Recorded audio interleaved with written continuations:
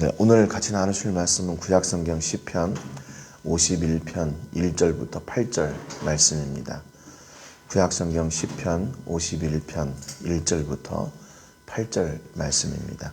우리 말씀은 7절, 8절 같이 읽고 말씀의 은혜를 나누겠습니다. 7절, 8절 같이 읽겠습니다. 시작. 우슬초로 나를 정결하게 하소서. 내가 정하리이다.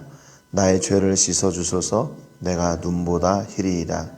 내게 즐겁고 기쁜 소리를 들려주시사 주께서 꺾으신 뼈들도 즐거워하게 하소서. 아멘.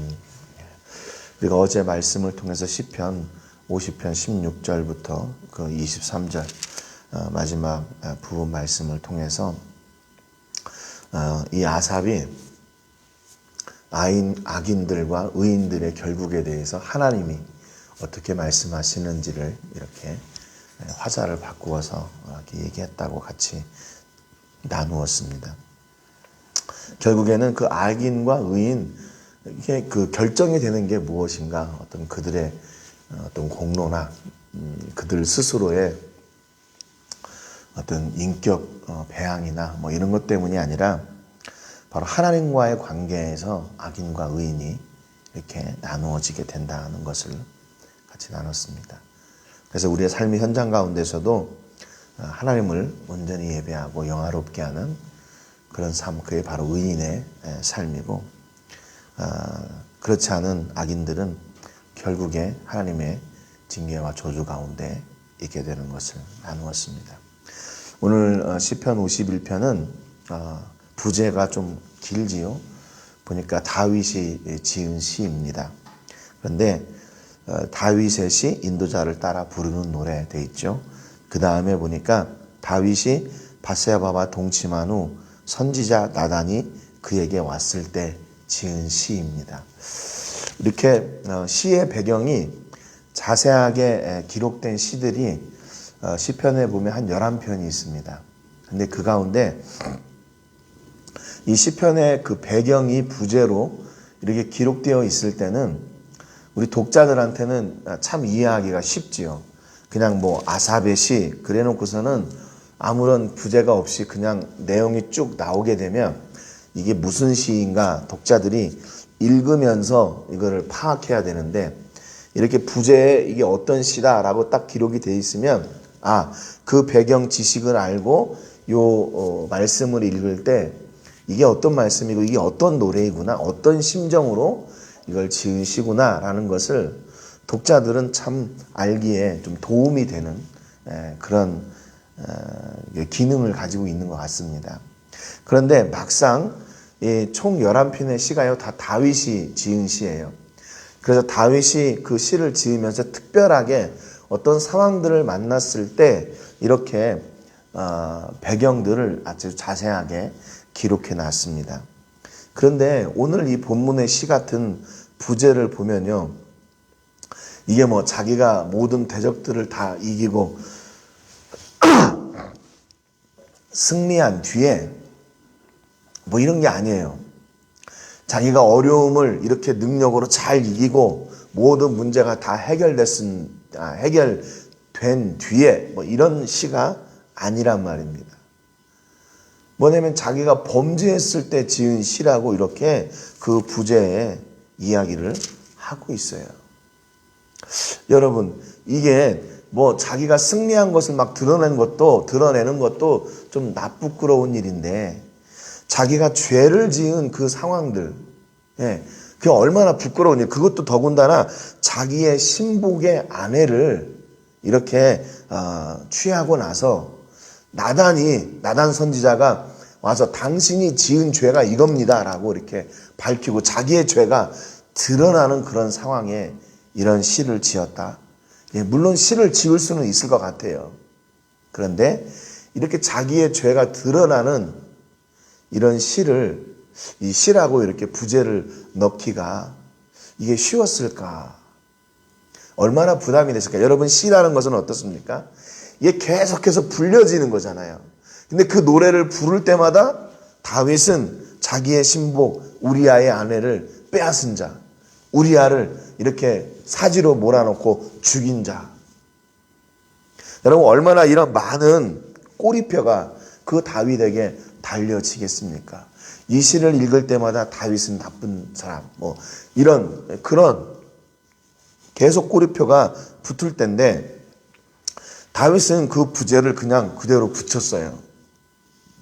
다윗이 이런 사실들을 몰랐을까요? 그랬을 것 같아요.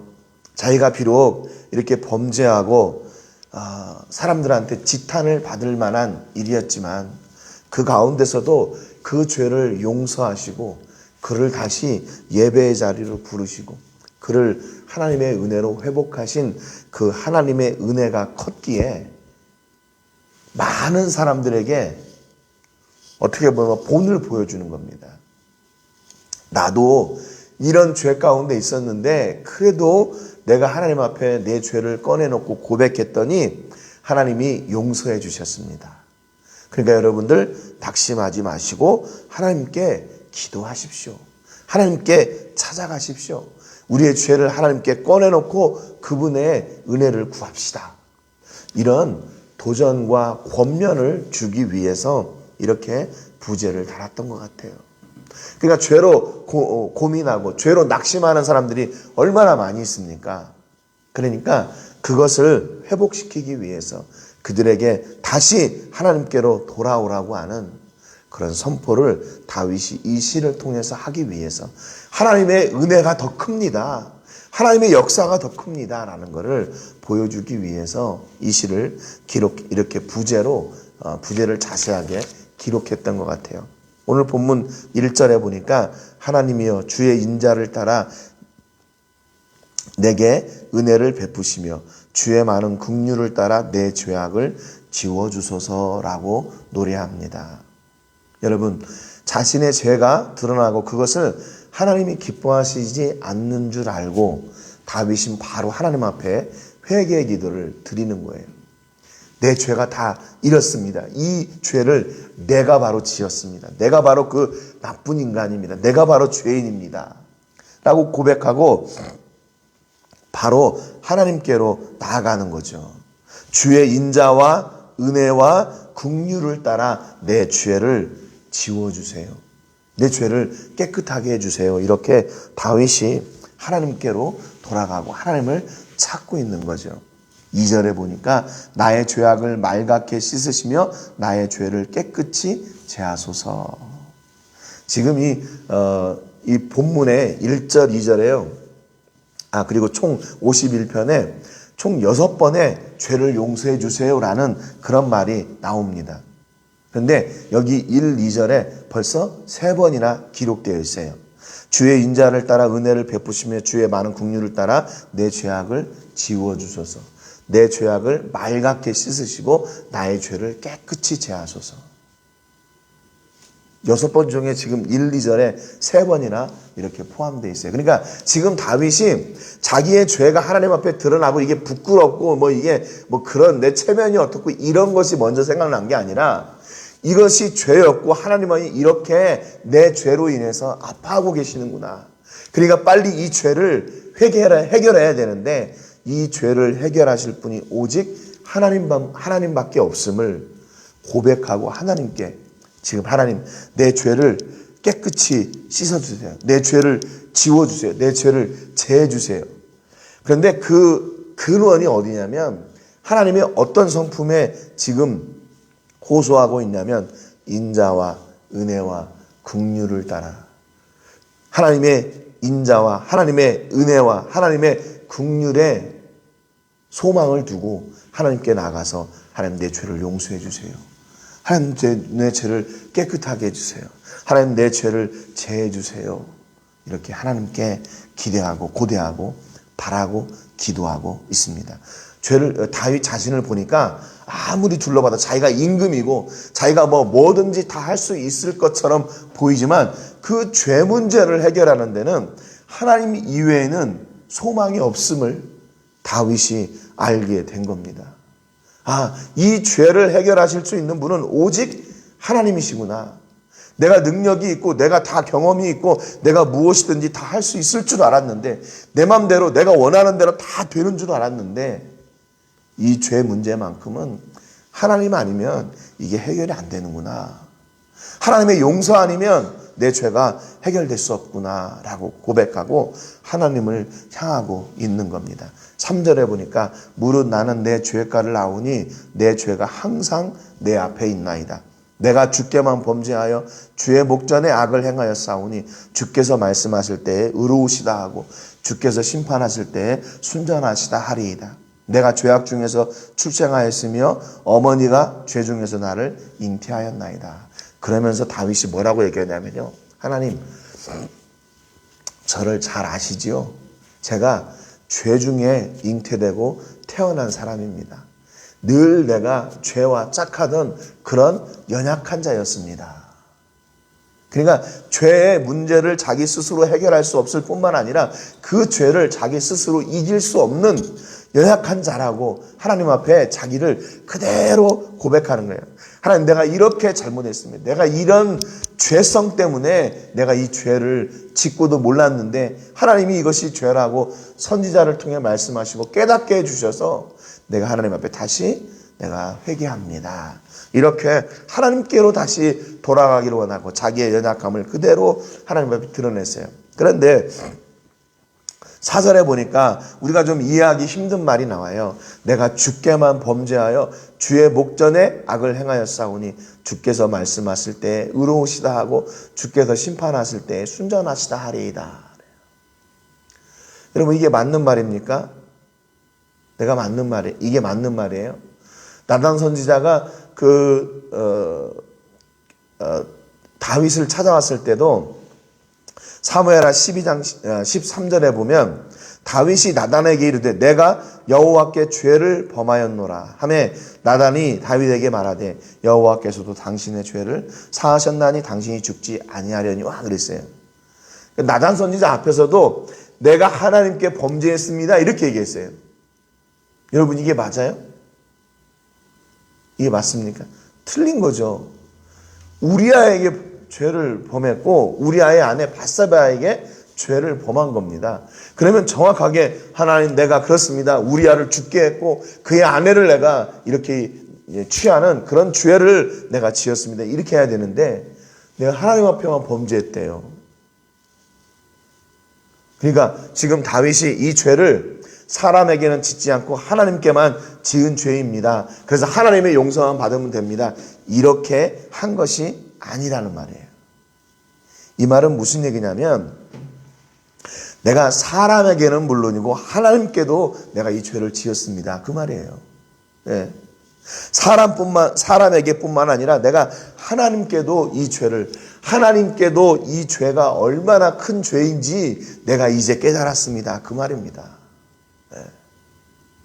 자기가 이렇게 의도대로 다 계획된 것이 이루어져서 잘 된 줄 알았는데 이게 보니까 하나님이 기뻐하시지 않는 일이었다는 것, 하나님 앞에 이렇게 큰 죄고 하나님을 이렇게 가슴 아프게 하는 죄였다는 것을 내가 이제 깨닫게 되었습니다.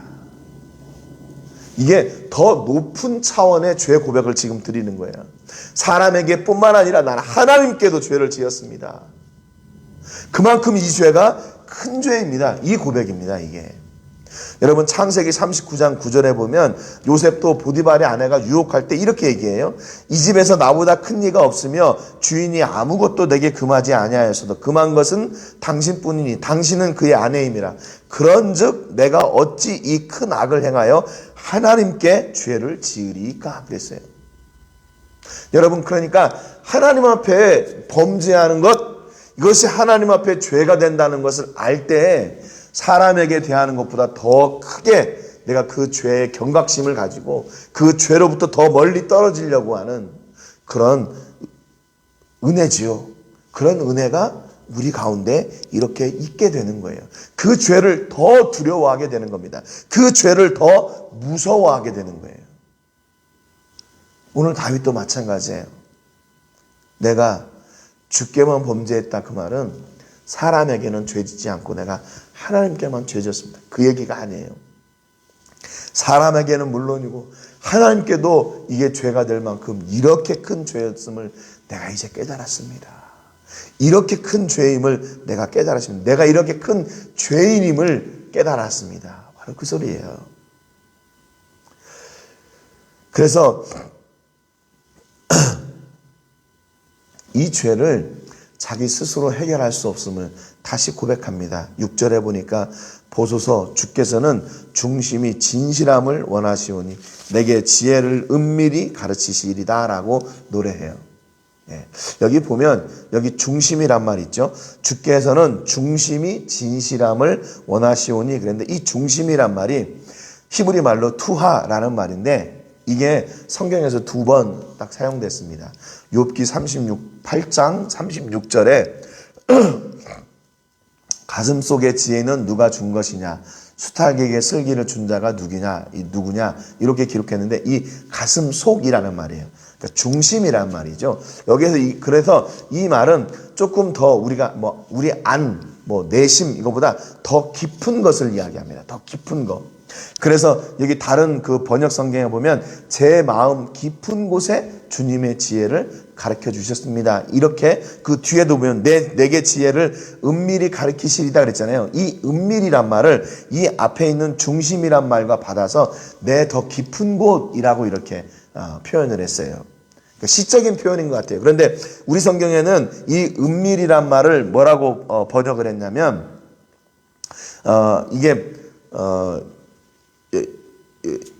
한글 성경에는 은밀이라고 번역했고 다른 성경에는 이 앞에 있는 중심이란 말과 함께해서 깊은 곳, 내면 이렇게 번역을 했어요. 그러니까 앞에서 중심이란 이 말과 은밀이란 말을 이렇게 서로 그냥 동떨어진 의미로 번역하기보다는 중심, 깊은 곳 이렇게 두 가지로 같은 비슷한 단어로 번역을 해서 이 시를 이어나가는 것이 더 좋지 않았을까 이런 생각이 들어요. 왜냐하면 그 중심이란 말이 가슴 깊은 깊은 곳에라는 그런 의미를 갖고 있기 때문에 그래서 이거를 번역하면 주께서는 중심이 진실함을 원하시오니 내 지혜를 내 가슴 속 깊이 가르쳐 주십니다. 깊이 놓으십니다. 그 말이에요. 그러면 왜 그 말씀을 그 가슴속 깊이 두실까요? 그 말씀이 가슴속 깊이 들어왔을 때 그것이 하나님 앞에 죄인 줄 알고 요셉과 같이 그 죄를 거부할 수 있기 때문에 그 죄를 이길 수 있기 때문에 그런 거죠. 여러분 그러니까 우리가 하나님의 말씀을 우리의 가슴속 깊이 우리 중심에 두는 것이 중요합니다. 그 말씀으로 무장하는 게 중요해요. 그래서 그 말씀이 우리를 죄로부터 이렇게 보호하는 거죠. 죄로부터 우리를 방어하는 거죠. 여러분 그래서 하나님의 말씀이 우리의 중심과 우리의 깊은 곳에 임하기를 기도하시고 그렇게 그 말씀을 두시는 은혜가 있기를 바랍니다. 7절에 보니까 우슬초로 나를 정결하게 하소서 내가 정하리이다. 나의 죄를 씻어주소서 내가 눈보다 희리이다. 내게 즐겁고 기쁜 소리를 들려주사 주께서 꺾으신 뼈들도 즐거워하게 하소서 그랬어요. 여기 보니까 다윗이요. 죄 가운데서 구원해 내실 뿐만 아니라 우리를 정결하다, 우리를 눈보다 희게 또 우리 안에 우리가 잃었던 그 죄로 인했던 기쁨과 즐거움을 회복하실 분이 오직 하나님 한 분밖에 없음을 고백하고 있습니다. 여러분 하나님은 우리를 단순히 그냥 단지 죄를 용서해 주시는 것도 감사한 일이지만 죄를 용서해 주시면 그것으로 끝나는 게 아니에요. 우리를 어디로 다시 회복시키시냐면 하나님의 기쁨과 즐거움이 있는 그 자리로 다시 회복시켜 놓으십니다. 여러분 탕자가 집을 나갔다가 갖은 고생을 다 하고 집으로 돌아오지요. 그때 그 아버지에게 이렇게 얘기합니다. 저를 종같이 여겨주세요. 그런데 그 아버지가 어떻게 했어요? 그러니까 지금 돌아온 아들은 내가 지금 먹을 것도 없어서 그런 고생을 했는데 이제 아버지 곁에서 이제 먹기만 하고 이제 그냥 따뜻한 곳에서 그냥 잠자고 그 먹고 자는 일만 해결되면 됩니다. 라고 그렇게 얘기했단 말이에요. 그런데 그 아버지는 그 아들을 끌어안고 기뻐하고 옷을 입히고 가락지를 끼우고 온 동네 사람들을 다 초대하고 잔치를 열고 다시 그를 그 아버지의 아들의 자리에 세워놓는 겁니다. 여러분 이게 우리 아버지 하나님의 사랑이에요. 그리고 하나님께서 우리를 용서하시는 방법이에요. 여러분 우리가 죄 가운데 있을 때 죄를 그냥 단순히 죄를 분리해내고 우리를 그냥 그 죄 가운데 죄로부터 이렇게 딱 보호하시고 그것으로 끝나는 게 아니에요. 죄라는 얘기는 무슨 얘기입니까? 결국 그것은 고난과 슬픔과 아픔과 눈물이란 얘기예요. 그런데 그것을 다 씻어내시고 그곳에 다시 하나님의 기쁨과 즐거움과 소망과 회복을 다시 쌓아 두시는 거죠. 죄로부터 낙심해하지 않도록. 여러분, 그래서 이 다윗이요, 이 하나님의 놀라우신 은혜를 알았어요. 그러니까 자기의 죄가 드러나서 그 죄만 용서해 주시면 어떻게 해요? 사람들은 저는 죄인이야, 살인자야, 범법자야, 막 이렇게 손가락질할 텐데 하나님께서 주시는 그 은혜로 말미암아 자기의 그 모든 것들을 하나님께서 다시 회복시키신다, 그 말입니다. 그 얘기는 앞서도 얘기했지만 내가 하나님 앞에도 범죄하고 사람 앞에도 범죄했습니다, 그 말이잖아요. 근데 이게 기쁘고 즐겁게 해주시라 그런 고백을 드린 이유는 뭐냐면 하나님 앞에서도 사람들 앞에서도 하나님이 주시는 기쁨과 즐거움으로 그들 또한 하나님의 은혜가 얼마나 큰지를 그들이 고백하고 그들 가운데도 기쁨과 즐거움이 넘치기를 원하는 그런 좀 더 넓은 의미의 간구함이에요. 그러니까 하나님, 나만 하나님하고 잘 먹고 잘 살고 그런 사람이 아니라 내가 하나님과의 관계가 이렇게 유지하고 풍성한 것처럼 다른 이들도 동일한 은혜를 누리게 해주세요. 그렇게 고백하고 있는 겁니다. 여러분, 이것이 하나님의 열심이에요. 하나님의 사랑이고 죄 가운데 있었던 우리를 향하신 하나님의 기대예요. 여러분, 그러니까 우리가 어떤 어려움이 있어도 낙심하지 마시고 하나님께로 나가 하나님의 도우심을 구하고 하나님의 회복하심과 뿐만 아니라 하나님께서 정결하게 하시고 깨끗하게 하시고 그 죄로 인해 상처받은 그것을 다 싸매시고 하나님의 기쁨과 즐거움이 넘쳐나게 하시는 그 은혜를 누리시는 여러분 되시기를 주님의 이름으로 축복합니다. 여러분, 우리의 소망은 어디에 있습니까? 절망과 낙심과 실패? 거기에도 소망이 하나님께 있지만 우리가 죄 가운데 있을 때도 하나님과 멀리 떨어져 있을 때도 소망은 하나님께 있다는 사실을 잊지 말아야 돼요. 어제도 말씀드린 것처럼 우리가 고통 가운데 있을 때는 하나님께서 멀리 계시나? 아니요. 하나님의 공의는 그 자리에 늘 계십니다. 단지 잠잠하고 계실 뿐이죠. 여러분이 하나님의 공의를 마음껏 누리시는 그리고 그 은혜를 선포하시는 통로가 되는 여러분 되시기를 주님의 이름으로 축복합니다. 여러분, 요즘 같은 시기에 밖을 둘러보면 즐거워할 일이 얼마나 많이 있습니까? 그럼에도 불구하고 하나님께 소망이 있고 하나님께 기쁨이 있고 하나님께 즐거움이 있음을 열방에 선포하고 그걸 누리게 되는 여러분 되시기를 주님의 이름으로 축복합니다. 오늘 세계를 부르며 기도하실 때는 필리핀 바세컷에 사역하고 있는 우리 제리 목사님을 위해서 기도해 주시기 바랍니다. 어려운 시기에 성도님들과 함께 또 사모님 건강으로 다 지켜주시고 주의 복음의 사역을 감당할 때 하나님께서 더 놀라운 은혜 주시기 위해서 그들의 연약함들을 하나님께서 채우시고 또 풍성케 하시고 그 안에 기쁨과 즐거움이 넘치게 해주시기를 위해서 기도하시고요. 멕시코와 할리스코주에 코로나19가 속히 떠나가도록 그리고 고통당하고 있는 성도들을 위해서도 특별히 기도해 주시기 바랍니다.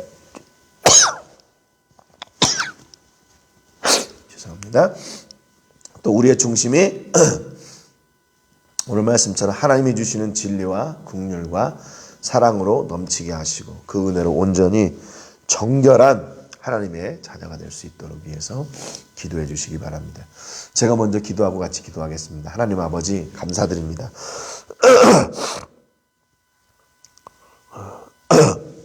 오늘 귀한 다윗의 시를 통해서 우리의 죄를 해결할 수 있는 분은 오직 하나님 한 분밖에 없음을 저희가 깨닫습니다. 또 우리의 죄를 해결하실 수 있는 분, 또 죄로부터 우리를 보호하실 수 있는 분도 오직 하나님 한 분임을 고백합니다. 우리 하나님께서 늘 우리와 동행하시고 함께 해주셔서 우리 앞에 있는 죄의 유혹으로부터 늘 승리하게 하여 주시옵시고 또한 죄 가운데 우리가 죄인 줄도 모르고 있다가 그 죄가 드러나고 죄임을 하나님께서 말씀하실 때 그 앞에 순종하며 회개하고 우리가 상처받은 그 영혼들이 하나님께서 주시는 은혜로 다시 회복되고 강건케 되는 역사가 있게 해주시기를 간절히 바라옵고 원합니다. 하나님, 오늘도 우리 삶 가운데 찾아오셔서 우리를 죄로부터 온전하게 보호하여 주시고, 또 우리 안에 죄가 있다면 그것을 모두 꺼내놓고 하나님의 용서와 하나님의 회복하심이 있는 그런 감격의 사람들이 되게 하여 주시옵소서. 하나님, 우리를 보호해 주시기를 원합니다. 천군 천사로 보호하시고 또 악한 것들로부터 보호하여 주시고 어려운 시기에 코로나19로부터도 저희를 보호하여 주시고 강하게 하여 주시고, 그러므로 하나님을 온전히 예배하는 통로들이 다 되게 하여 주시옵소서. 모든 영광을 하나님께 드리며 예수님의 이름으로 기도합니다. 아멘.